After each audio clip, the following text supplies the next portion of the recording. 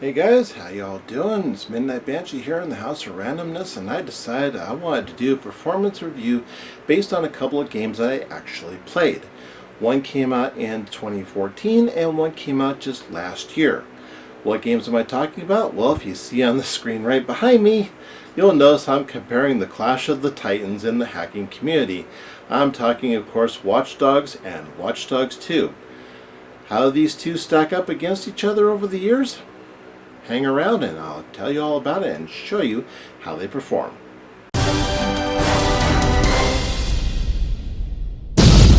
Okay, so why am I doing Watch Dogs 1 and Watch Dogs 2? Well, Watch Dogs 1 came out in 2014, much to the hurrah of some and much to the disappointment of others. Why disappointment to some of the people? Well, because when it was first debuted at the E3 conference, I believe in the year prior, the graphics detail that was shown at the conference was a lot higher detail than what had come out when it was released. Now, granted, on the PC version, this little issue has been pretty much fixed. However, on the PS4 and the other consoles, it was... Some people loved it, some people didn't really like it so much. For myself, I really liked it for the story and for what I was able to get out of it. Now granted, I liked it enough to get the season pass for it, and I enjoyed the heck out of it. In fact, I played through it twice, mainly because I realized that there was actually two different endings to the game depending on how you chose to end the game. Of course, I won't go into spoilers as far as how that went. If you want to find out, there's lots of other videos that spoil it, or you can just watch it for yourself. Watch Dogs 2 came out 2 years later in a much larger world. Different protagonists. Now, granted, I was a little put off by the fact that Aiden Pierce was not going to be the main antagonist in this game. However, some thought it was a really good idea. Instead of Aiden Pierce, we have Marcus Holloway and his team of DedSec hackers. So the play style of the second game is a lot different from the first one, most notably because of the fact that you have a larger variety of things to hack in the second game as opposed to the first one, and you have a bit more, you have quite a few more gadgets that you can use in the second one as opposed to the first one. However, don't discount the first one, especially now that it's cheap enough to where it's below 20 bucks most of the time. If you haven't checked it out, I highly recommend giving this game a shot because you may find yourself pleasantly surprised and get sucked into the gameplay. So what I'm going to be doing is I'm going to be going through the gameplay, and I'm going to be doing some benchmarking with both of these games to show you how well they perform. Both these games are going to be running on the Midnight rig back here. For those of you who have not seen the build rig video, it's basically an i7-7700K processor. I bumped it up to a base of 4.5 turbo into 4.8 on a 240mm liquid cooler, so it runs reasonably good. I have no complaints about it. It is running 16 gigs of DDR 3200 megahertz RAM. It's running an EVGA GTX 1070 the Win 2. No, I'm not selling it for the miners to get a 1080 Ti. I've been burned too many times on eBay doing that, so no, not going to go there. I don't care how many times you put it in the comments, yeah, you should go out and do it. No, not going to happen. Sorry. You're not getting your hands on it. It's staying right there. Let's see, so we got the 1070, the i7-7700K. I told you what speed it was running at and how much RAM it's got. So, without further ado, let's take a look and see how well these two run against each other. Now, I will be using MSI Afterburner for the real-time performance. You will see the numbers in purple up at the top left corner of the screen. I use Fraps for the benchmarking to get the average 1% and 0.1% minimums. If you use Fraps for recording the minimum or the frame times, there is another program called Frafs, F-R-A-F-S, which you can use to get a formula of how it breaks down for the average 1% and 0.1% minimums. I will put links to all these programs down in the video description, so that way if you want to run similar benchmarks to these for yourself, by all means you can go ahead and do so. Without further ado, let's go ahead and get to Watch Dogs 1. We'll show you the gameplay, and then we'll go on to Watch Dogs 2, and then you'll see the results at the end of the video. So, let's take a look.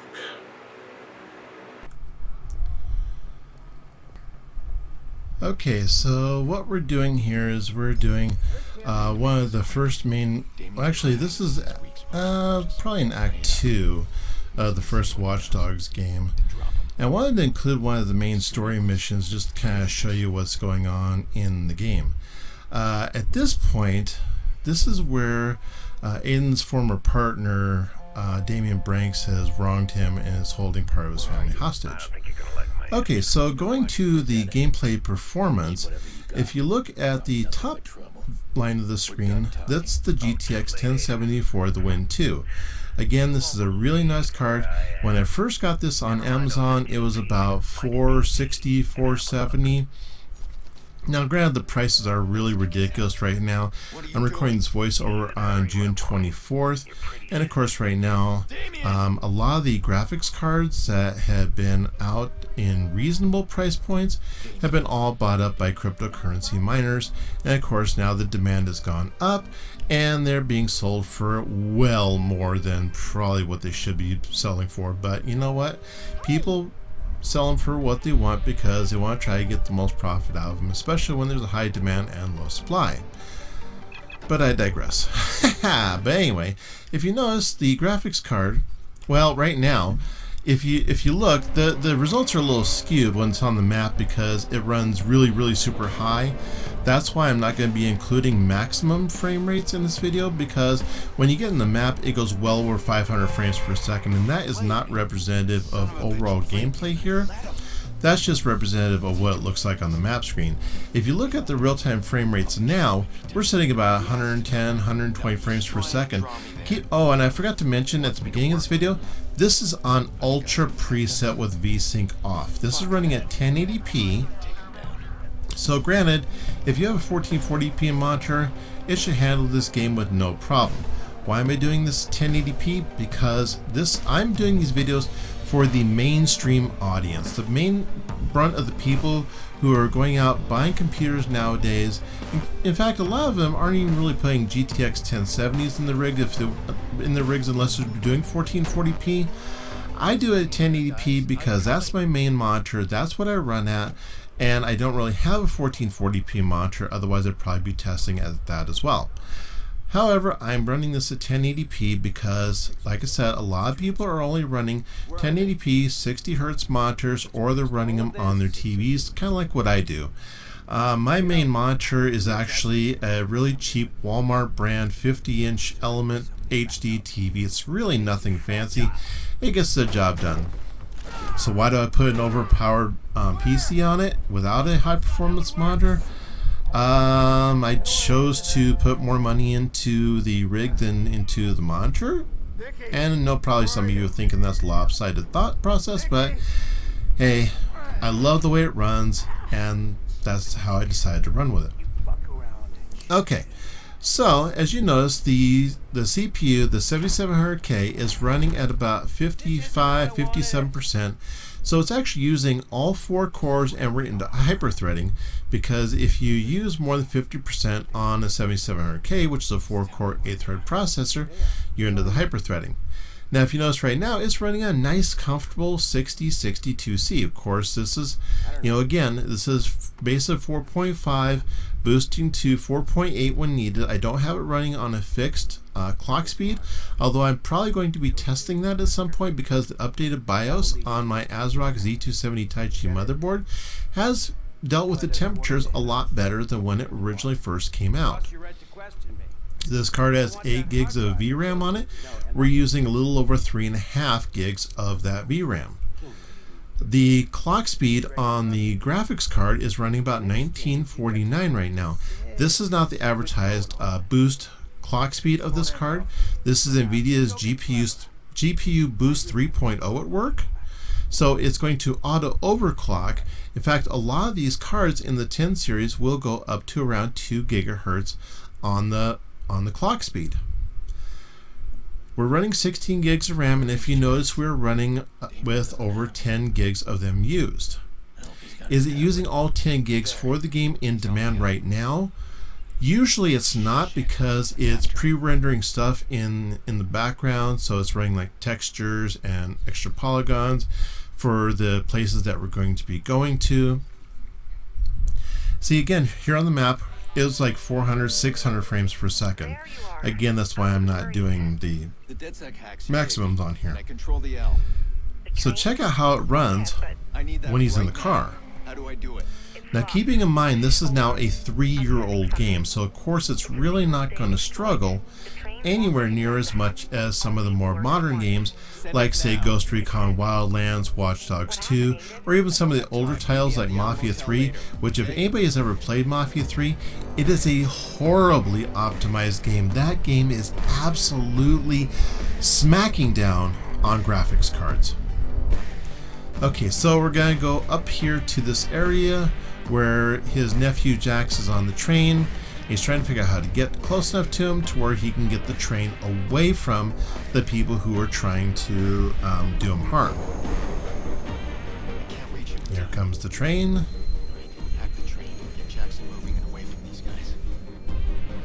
Where's Jax? Where's Jax?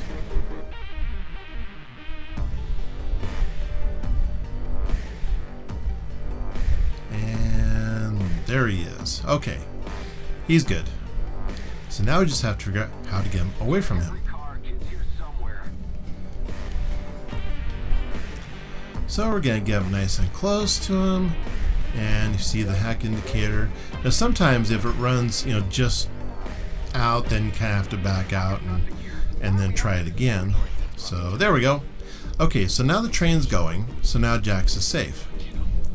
Let's go find a nice car. Okay, here's a nice semi-classic car.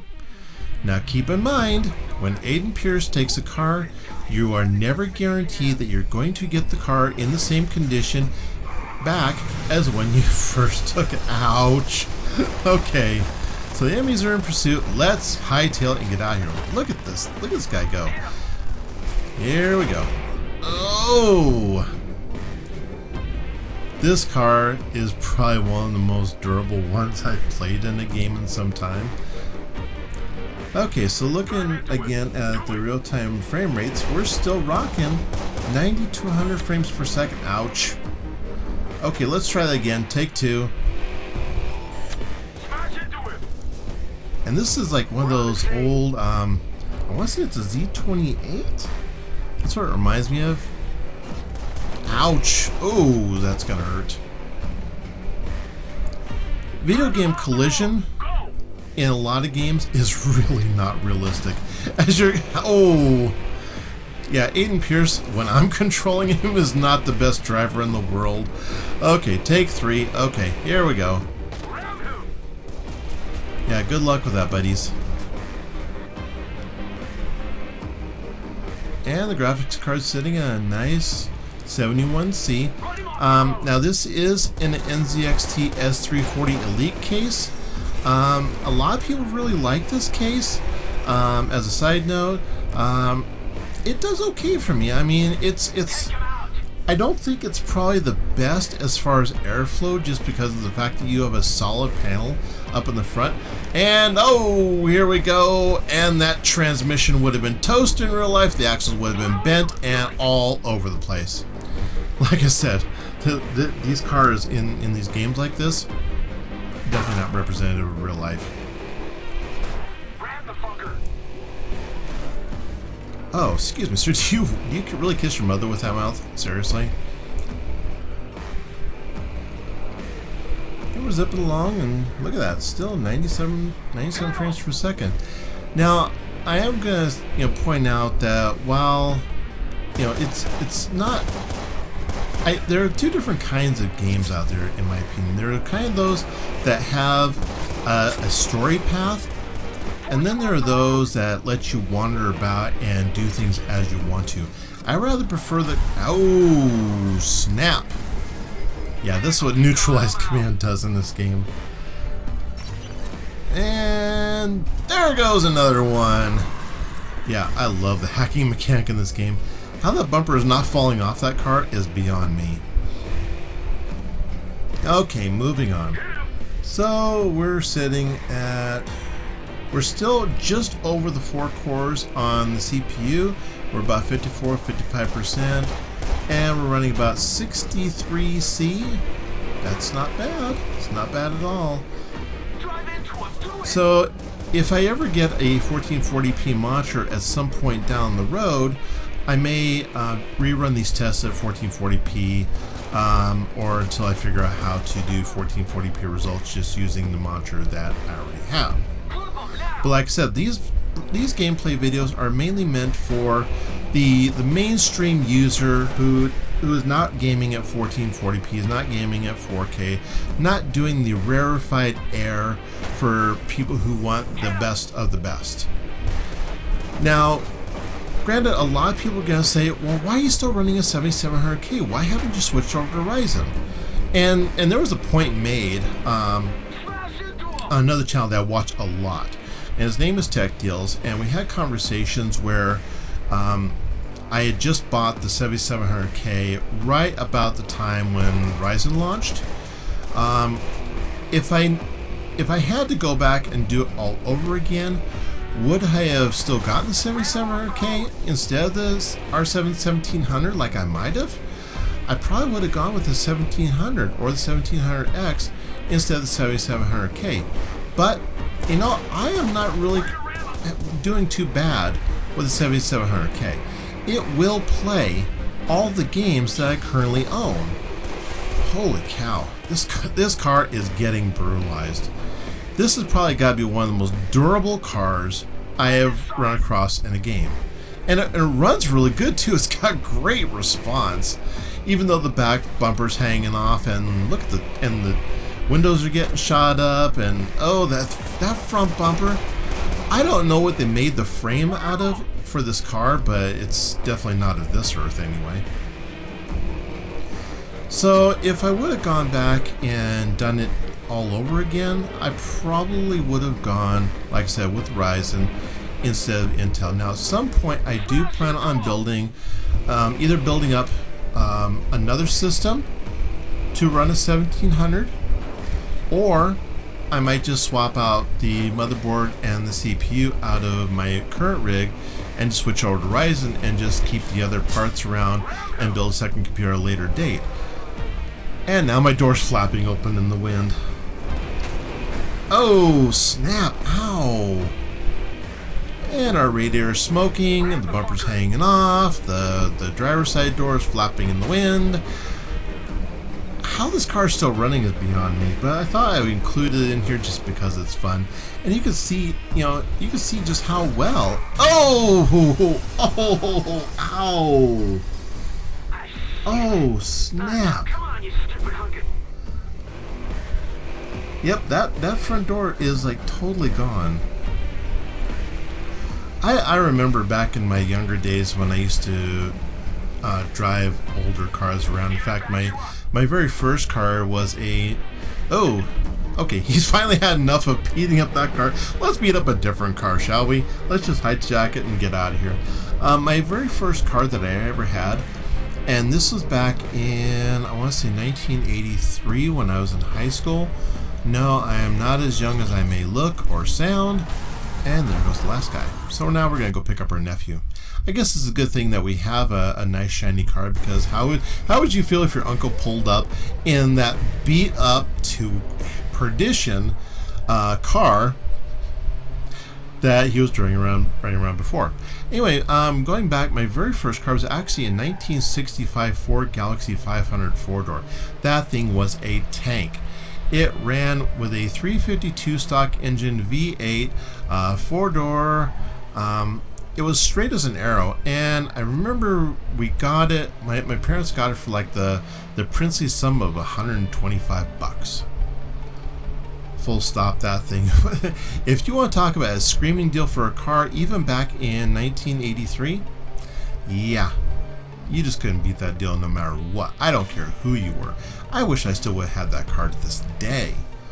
Now, granted, if I would still have that car today, I probably wouldn't be driving around as much because, you know, gas mileage on those old cars actually really sucks compared to the efficiency of cars nowadays. Yeah, they're really horrible. And we made it.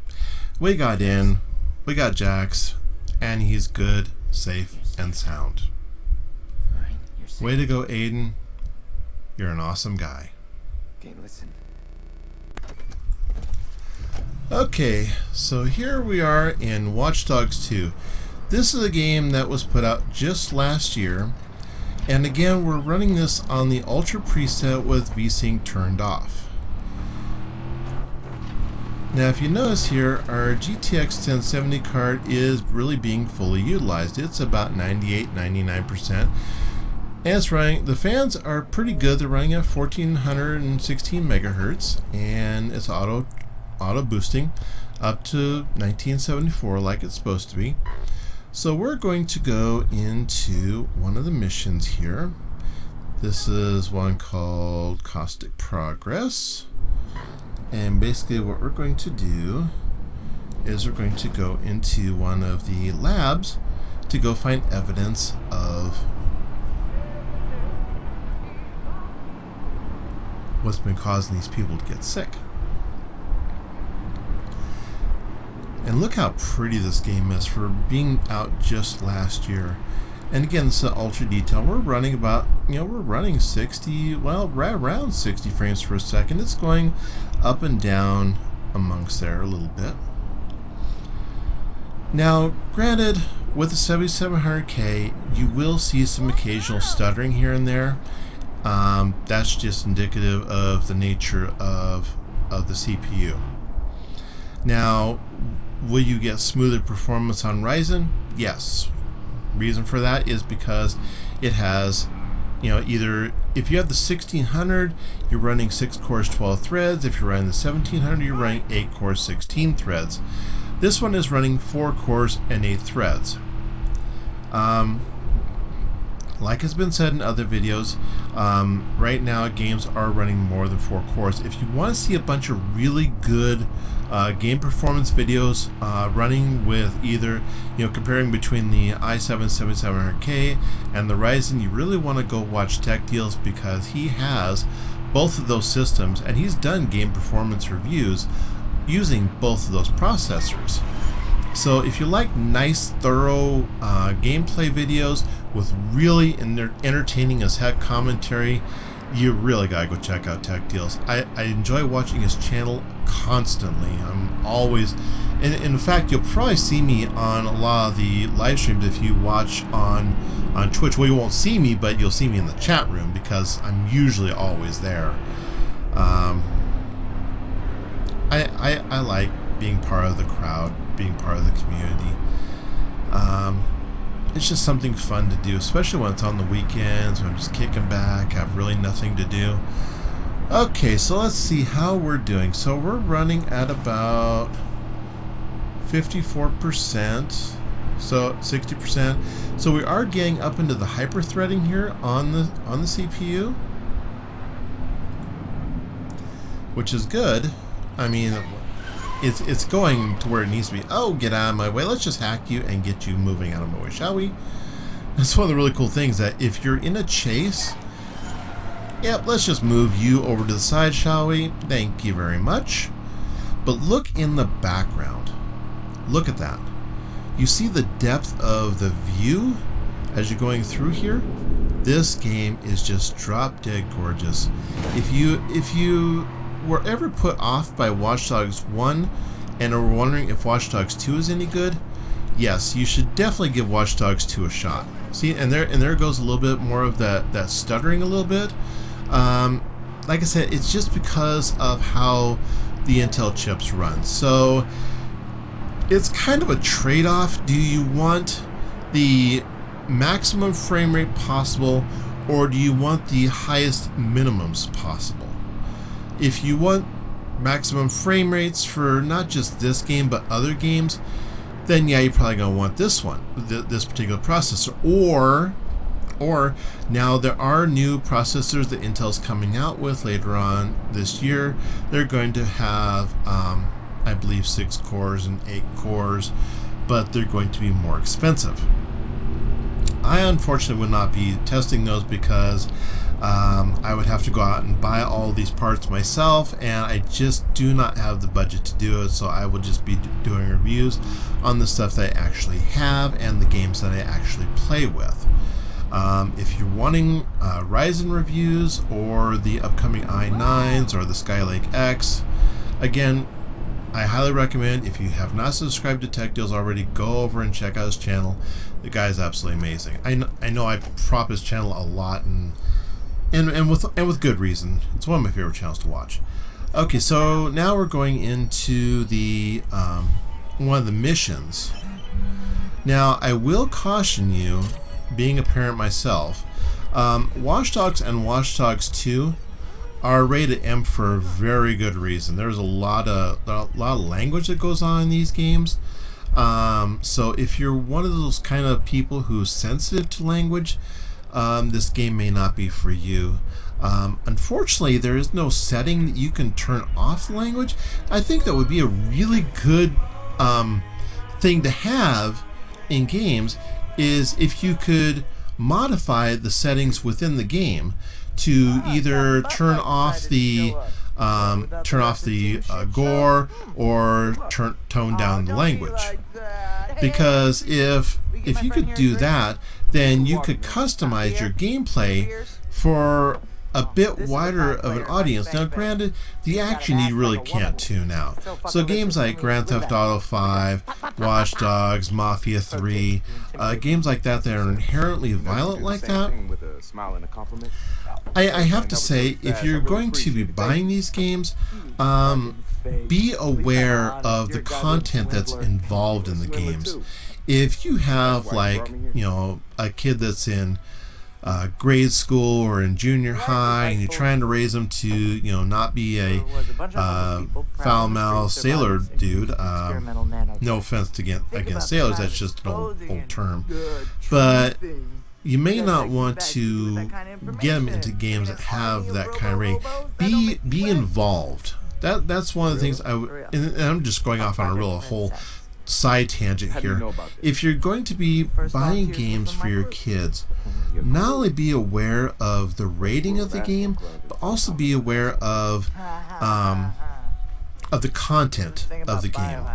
Just because a game is rated T for teen does not mean it's always suited for every possible type of person that you're buying it for. Now, granted, if you're over 18, well, this whole conversation is kind of pointless and irrelevant anyway. You buy what you like, you buy what you want, and there you go. Me being a parent, I kind of have to be mindful of what games I actually play around my kids and which kind of games I actually play in my room with the door closed, just because I want to keep them away from this kind of thing. I don't always succeed. I'm only human. That's just the way it is. But I try to do the best I can. Going back to the gameplay performance here, right now at 16 gigs, look at that. We're running over 12 gigabytes of system RAM. The CPU is still running at a nice 5658C. We're still running up into the hyperthreading. We're using more than 4 cores.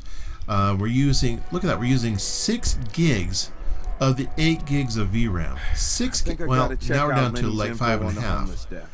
So a game like this, I don't really have anything, any other video cards to really run this against right now. I did do a comparison video on 4 different games using the the R9 280X that Crash Override has, along with the RX 488 gig card and the GTX 1070 gig card.